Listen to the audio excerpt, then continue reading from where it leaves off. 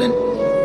আমাদের জীবন শুধু দুনিয়া, অথচ আখিরাত, হাসরের ময়দান, কিয়ামত, পরকাল আমাদের দরজায় কড়া নাড়তেছে।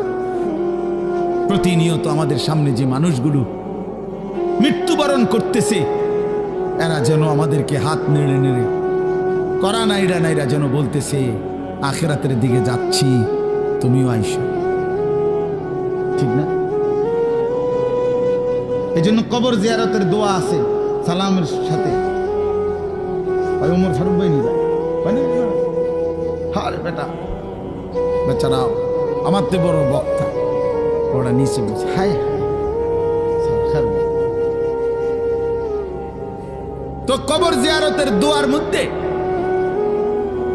সালামের মধ্যে এটা অংশ আছে, আনতুম লানা সালাফুন ওয়া নাহনু লাকুম তাবাউন।